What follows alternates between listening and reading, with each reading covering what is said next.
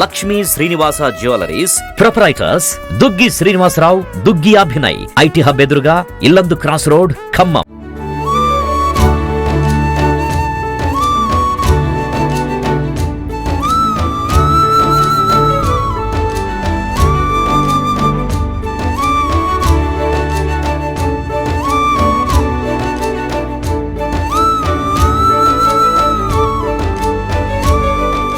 నమస్తే, welcome to Suman TV Khammam. నేను మీ శిల్ప.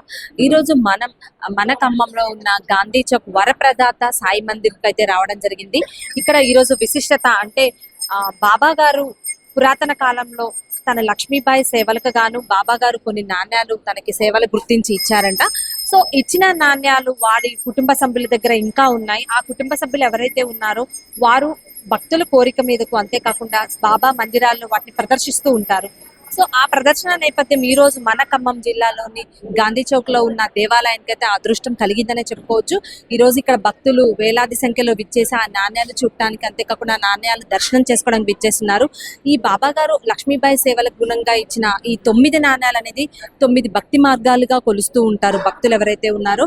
సో చాలా అంటే ఈ రోజు ఇక్కడ మందిరం చాలా ఈ నాణ్యాలు రాకతో చాలా అదృష్టవంతం అయిందనుకోవచ్చు. సో మనం చూస్తూ ఉన్నాం. ఈ రోజు నేను ఇక్కడ రావడం అయితే జరిగిందనమాట. ఇక్కడ బాబా మందిరంలో భక్తులందరూ విచ్చేశారు. వారి కుటుంబ సభ్యులైనటువంటి వారు కూడా ఇక్కడికి విచ్చేసి ఉన్నారనమాట. ఆ బాబా మందిరంలోకి వచ్చిన నాణ్యాలను మీకు నేను చూపించే ప్రయత్నం చేస్తాను. అంతేకాకుండా ఎంతో అదృష్టం అనమాట.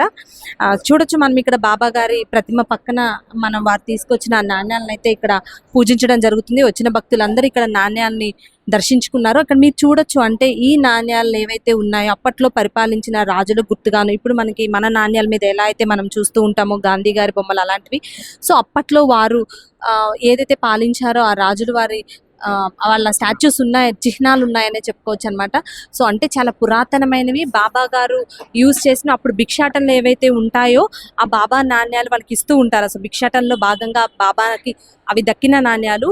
లక్ష్మీబాయి గారికి బాబా చేసిన అంటే లక్ష్మీబాయి గారు చేసిన సేవలకు గుర్తింపుగాను బాబా గారు ఆ నాణ్యాలు లక్ష్మీబాయికి ఇచ్చారనమాట.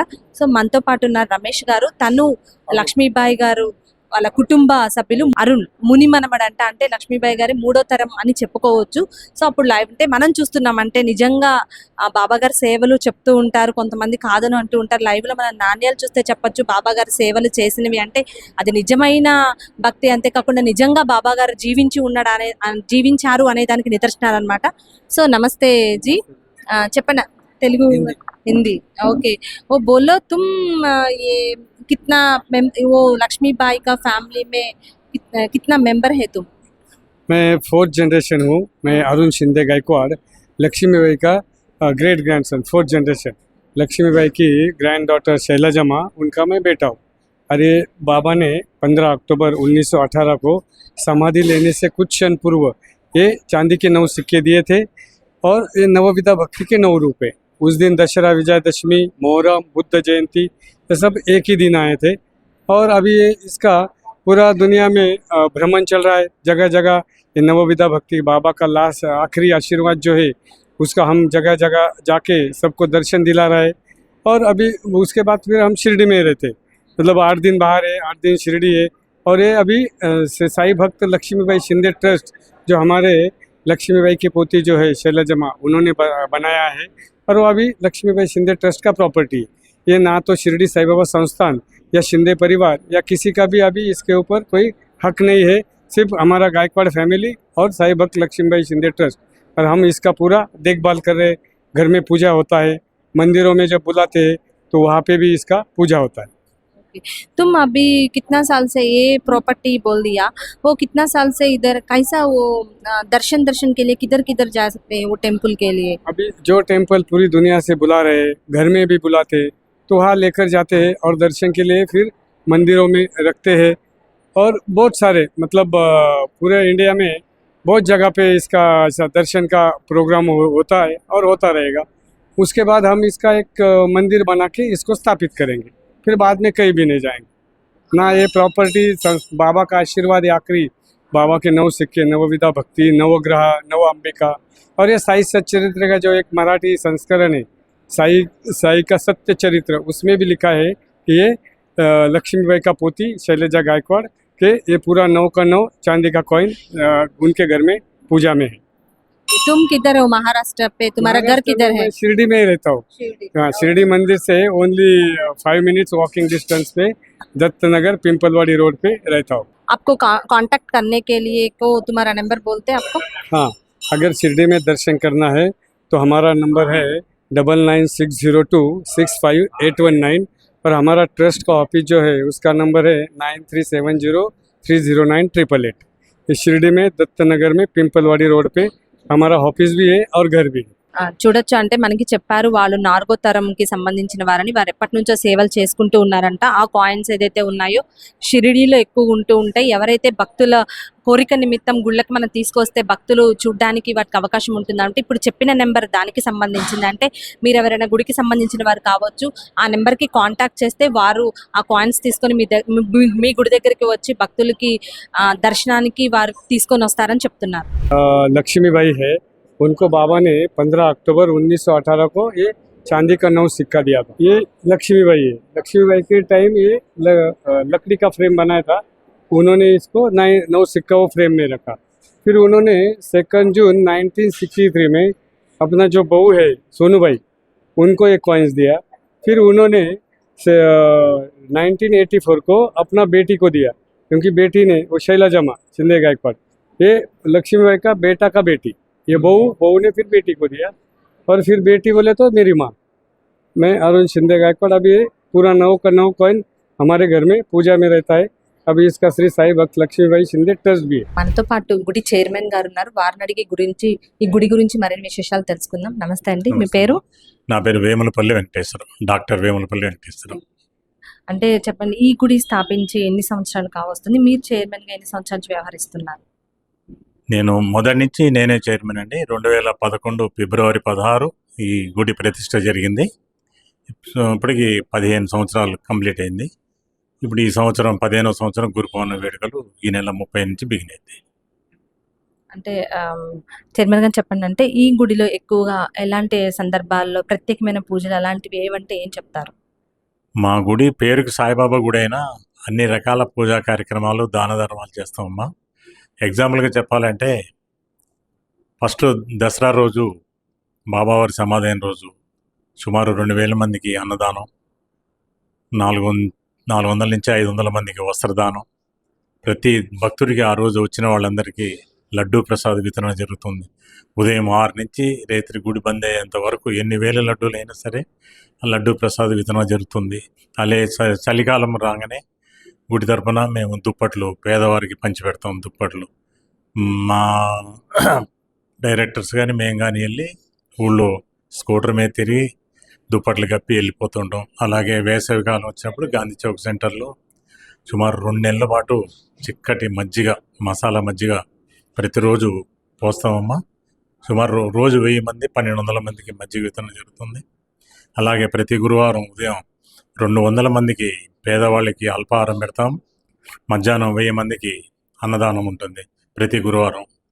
ఇవి కాక కార్తీక మాసం నెల రోజులు అన్నదానం ఉంటుంది, డైలీ 300 మందికి కార్తీక మాసం. అలా ఎన్నో కార్యక్రమాలు చేసుకుంటూ ఈ గుడి ముందుకు పోతుందమ్మా. కరోనా అప్పుడు కూడా మా గుడి నుంచి ఎన్నో సేవా కార్యక్రమాలు చేసాము. పేద బ్రాహ్మణులకి, పేద హమాలీలకి ఇట్లా మా గుడి తరపున చేస్తాము. అదే శ్రావణ మాసంలో లేడీస్కి సపరేట్గా లక్ష్మీ పూజ చేస్తాము. అలాగే గురు పౌర్ణమికి వ్రతాలు, హోమాలు, డైలీ 1000 మందికి భోజనాలు, పౌర్ణమి రోజు 15,000 మందికి అన్నప్రసాద వితరణ. ఇట్లా ఒక కార్యక్రమం ఉండేది. ప్రతిదీ స్పెషల్గా ఫిబ్రవరి 16 వచ్చిందంటే గుడి వార్షికోత్సవం. ఆ రోజు గుడి అంతా అలంకరించి కొన్ని సేవా కార్యక్రమాలు చేస్తాం. ఆ రోజు అన్నదానం ఉంటుంది 2000 మందికి. ఇట్లా ప్రతిదీ జిల్లాలోనే ప్రప్రథమైన నెంబర్ 1 స్థానంలో ఉన్నాం సేవా కార్యక్రమాలలో. అంటే ఇప్పుడు చాలా పేదవారు ఉంటుంటారు, మీరు చెప్పారు సహాయ సహకారాల ముందుంటుందని. సో ఎవరైనా షిరిడి వెళ్ళలేని భక్తులకి అలాంటి వారికి మీరు కూడా సహాయం అలాంటిదైనా చేస్తున్నారా? ఎవరైనా షిరిడి వెళ్ళి దర్శనం చేసుకుంటానంటే మాత్రం వాళ్ళకి చేతగాని పరిస్థితులు ఉంటే నా పర్సనల్గానే నేను కొంత అమౌంట్ ఇచ్చి వాళ్ళని షిరిడి పంపడం జరుగుతుందమ్మా. టెంపుల్ ఇచ్చి కాదు, నా పర్సనల్గానే ఇస్తున్నాను. వచ్చిన వాళ్ళని కాదనుకుంటా నాకు చేతనంత ఇస్తున్నా.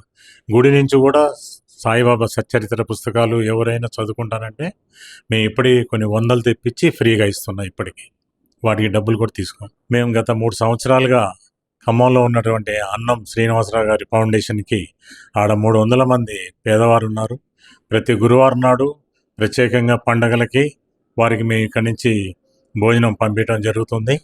అలా 3 సంవత్సరాల నుంచి ఆ కార్యక్రమం కూడా చేస్తున్నాం. ఈ గుడి గురించి భక్తులకు ఉన్న నమ్మకం కానివ్వచ్చు, సెంటిమెంట్స్ కానివ్వచ్చు, అలాంటివి అంటే మీరు ఏం చెప్తుంటారు? ముందుగా చెప్పాలంటే మా బాబా విగ్రహం చాలా అందంగా ముద్దుగా ఉంటుందండి. ఎవరైనా ఒకసారి చూస్తే మళ్ళీ మళ్ళీ చూడాలనిపించడంటే అటువంటి విగ్రహం మేము జైపూర్ నుంచి తెచ్చి ఇక్కడ ప్రతిష్ఠించడం జరిగింది.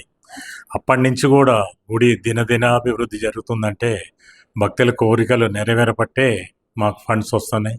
ఆ ఫండ్ ప్రతి ఒక్కళ్ళు కూడా ఇక్కడ మొక్కుంటే మాకు పని అవుతుందని 75% నాకు చెప్పిన వాళ్ళు ఉన్నారు.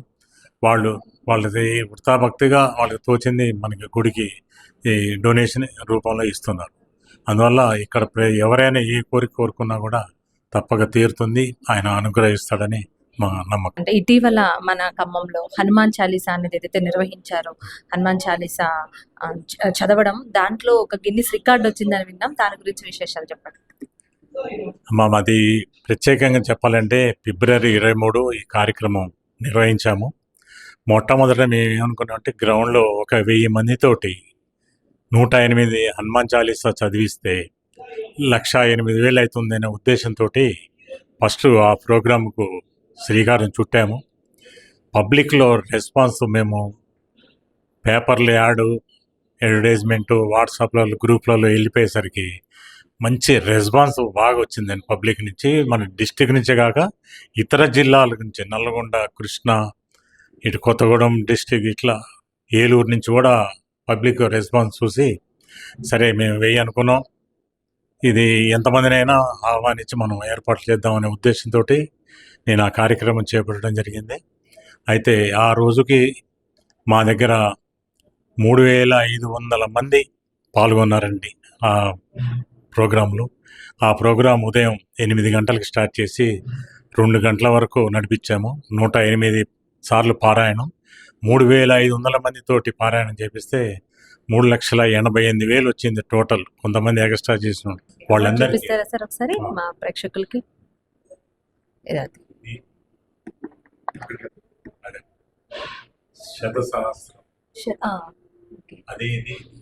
ఓకే ఓకే, చూడొచ్చు. ఇప్పుడు మన చైర్మన్ గారు ఏదైతే చెప్తారో హనుమాన్ చాలీసా గాను గిన్నిస్ రికార్డ్ వచ్చినాయి, ఇవన్నీ అవార్డ్స్ అనమాట. శత సహస్ర పారాయణం హనుమాన్ చాలీసా అనేసి ఇచ్చారు ఈ అవార్డ్స్. అంతేకాకుండా ఇది కూడా మొమెంటోస్ కూడా ఇవ్వడం జరిగింది. ఇది మన స్టేట్లోనే రికార్డ్ అండి. ఒకే వేదిక నుంచి 3,80,000 నామం జరగడం అనేది, చాలీసా నామం జరగడం అనేది ఇంత మటుకు జరగలేదు. ఇంకా జరగబోదు కూడా నాకు డౌటు. ఎందుకంటే మా శాయశక్తులు ఏర్పాటు చేసాం.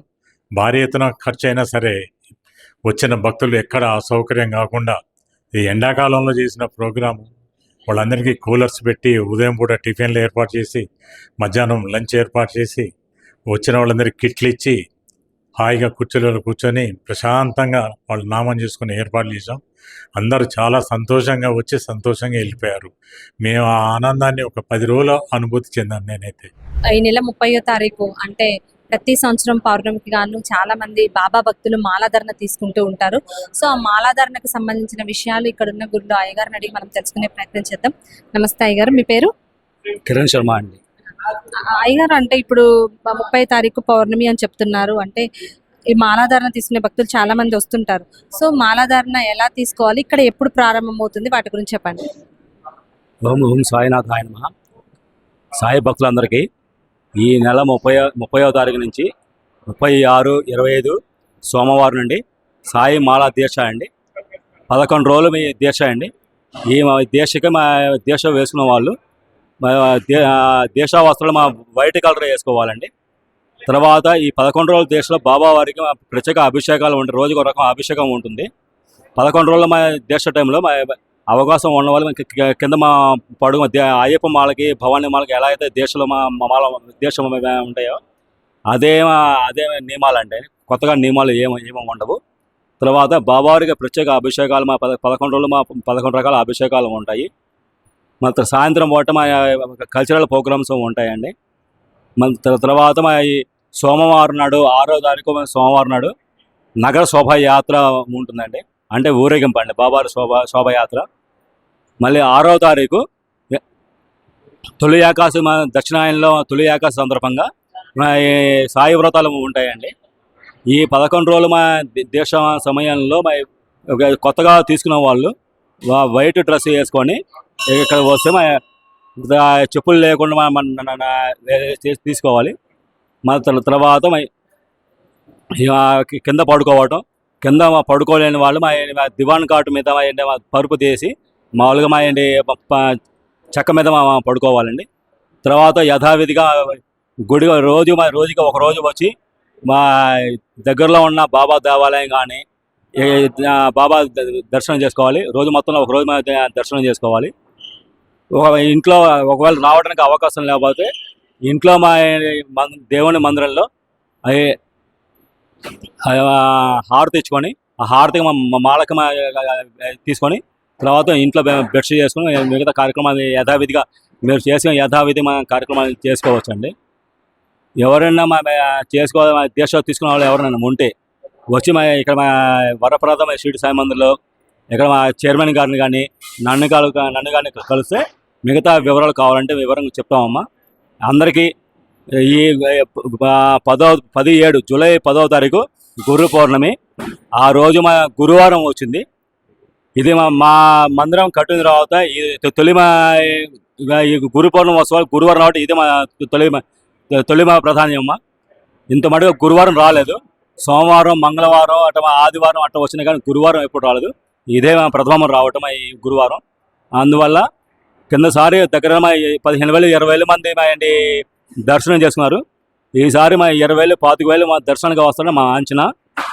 ఈ గురు పౌర్ణమి నాడు 15,000 మందికి అన్నదానం చేయడానికి మేము ఒక కమిటీ సభ్యులు ప్రయత్నం చేస్తున్నారు.